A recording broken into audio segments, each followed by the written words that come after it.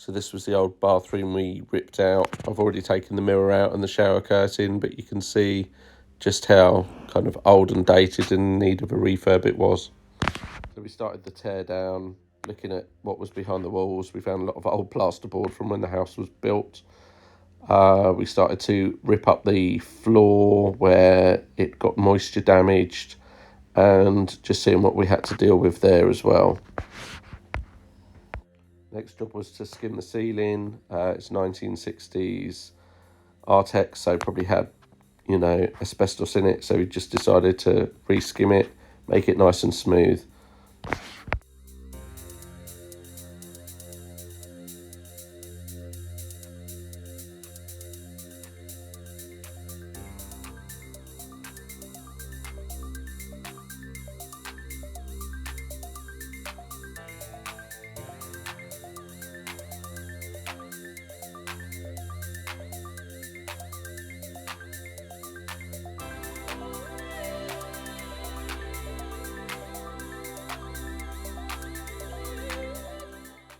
As you can see, put a new ceiling on. It was an old Artex ceiling, quite old, so possible that had asbestos in it, so didn't mess around with it. Just put a couple of skims of multi-finish on there, PVA'd it obviously before, so just waiting for that to dry before we can get a mist coat on there.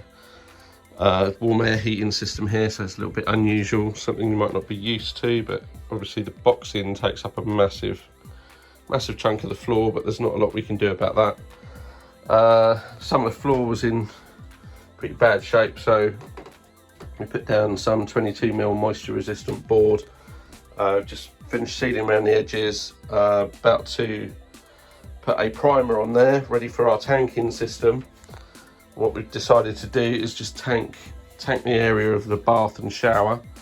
It's the old plumbing, but basically what's happening is, because of the shape of the bath, it's an L-shaped bath. We've got our new pipes coming down this side. Shower pump, there's nowhere else to put it but under the bath at the far end. So we're going to run these pipes straight into the shower pump, whiz them along the side of the bath, back up the wall. Shower's going on the wall over here. We've got a bath filler, so there's no taps for the bath. Then we're going to have a small little vanity unit with the toilet and the basin.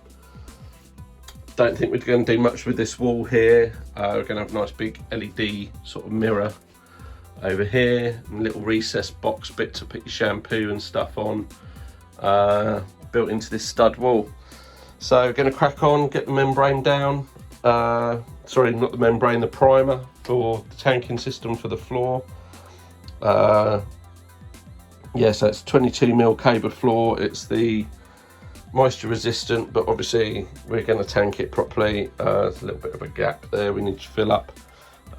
Everything else is filled up with the wonderful STS Mega Strength adhesive. It's waterproof anyway, so it's really good for filling any gaps where you've had to replace boards. But like I say, we'll get the primer down and just crack on with that first thing this morning. Might be able to get the inline extraction in. Had the Sparky in already, so he's come in. Ben from Morgan Sparks, he's done our downlights. They're wired up because we need a bit of light, and it's a family bathroom. It's the only bathroom in the house, so we're trying to keep the toilet in as much as possible. In fact, most nights I've replumbed in the sink as well, just for ease. We've got first fix here outside. That's going to be for our it's going to be for the isolator for the shower. No, sorry, I've got it wrong. The isolator for the fan. Down here, this is ready for the shower pump. And not quite sure what's going in that box. Fuse spur, that's what's going in there. So we're going to have fuse spur. So yeah, crack on.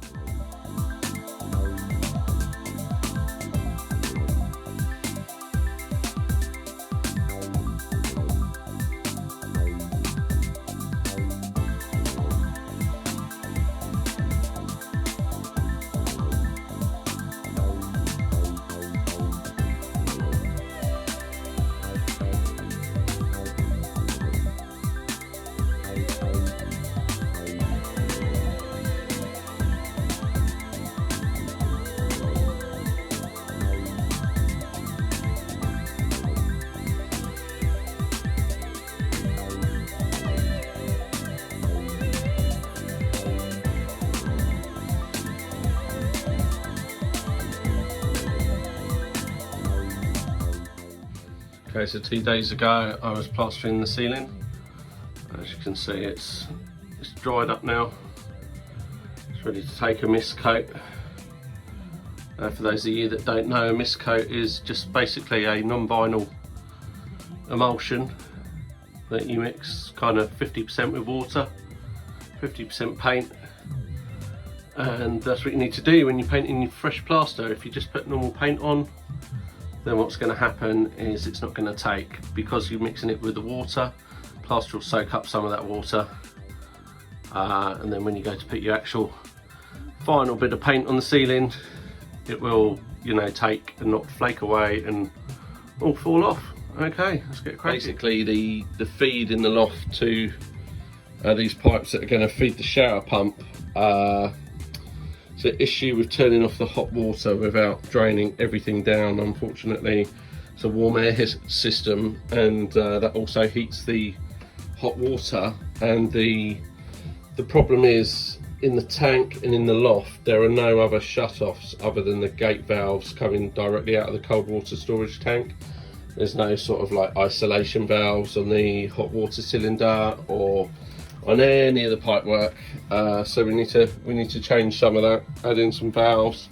I've done quite a bit of work up in the loft, which I may or may not get round to showing you. I'd rather do a little video showing you what we're doing with regards to the bathroom extraction, because I think that's quite important and where a lot of bathrooms fail. So I'm going to crack on, get the second coat of the membrane down, the WPS system, and hopefully get a mist coat on the ceiling. It looks like the plaster now has gone off, exception of that little corner, but to be fair, that's probably from where I've been arsing about with the pipes in the loft.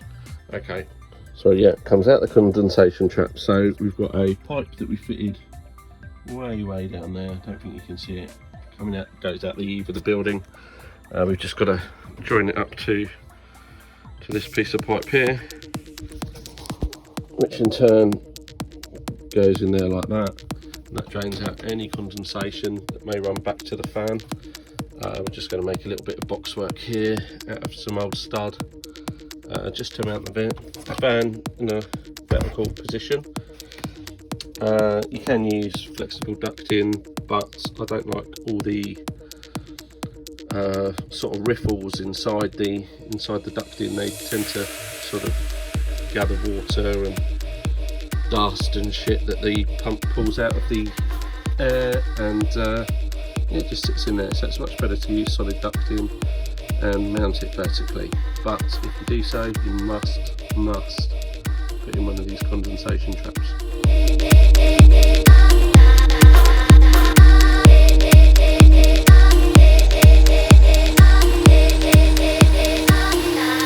As you can see, we're just finishing off the tank in for the wet area. The bath's going to be here with the shower. We've got a little recess there for your shampoo and whatnot. And this is the actual pipes that are going to feed that shower. Believe it or not, it's going to have to cross across under the bath. So we're just going to finish off tanking the join between the floor and the walls, and we're good to go to rip the toilet out.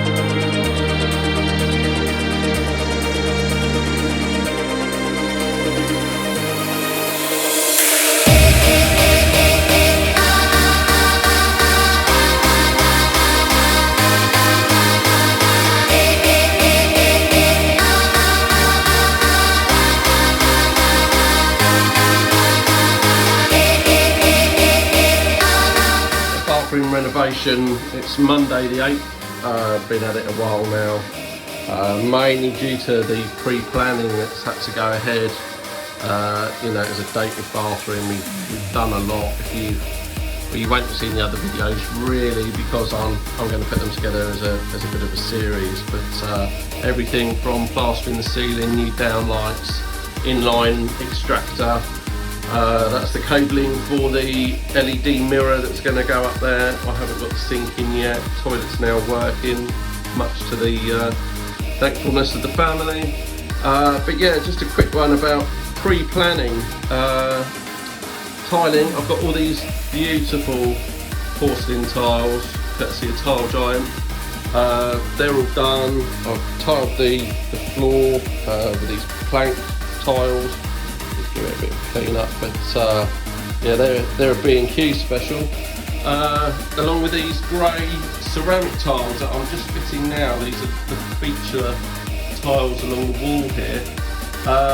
And basically, when I was planning out this bathroom, as well as having to gain some space that didn't really exist to be able to fit in the toilet and the sink and incorporate a 850 wide shower bath, also had to take into account the new floor height after the tanking, the height the bath would sit. That's pretty close to its maximum, to be honest with you, along with the bath panel. I can go above 55 centimetres or 550 millimetres of the height of the bath. But at the moment it's sitting at 540, I believe. But just pre-planning, so I thought about the floor height, I thought about the bath height, the size of the tiles, the spaces of the tiles, in order so that when I got to tiling around the recess that's kind of for shampoos, tea lights, whatever the hell you want to stick in it, you know what girls are like, we didn't have silly little slithers of tiles. So once we've got our trim and we've tiled inside there, our trim's going to sit along here, going around this recess. We haven't got any little sort of like cutouts, any silly shards of tile. This is, I mean, there's a couple of millimetres in it that we've kind of made up with spacers. I say we, it's me, the royal I am. Made them up with spacers. But yeah, it's not going to be noticeable in the finished bathroom, and you know, if you had tiny little bits of tile, it would be.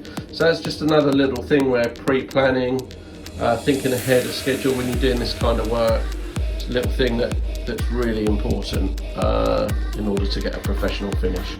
Okay, that's the end of this video. I've rumbled on for far too long. Time to mix some more tile.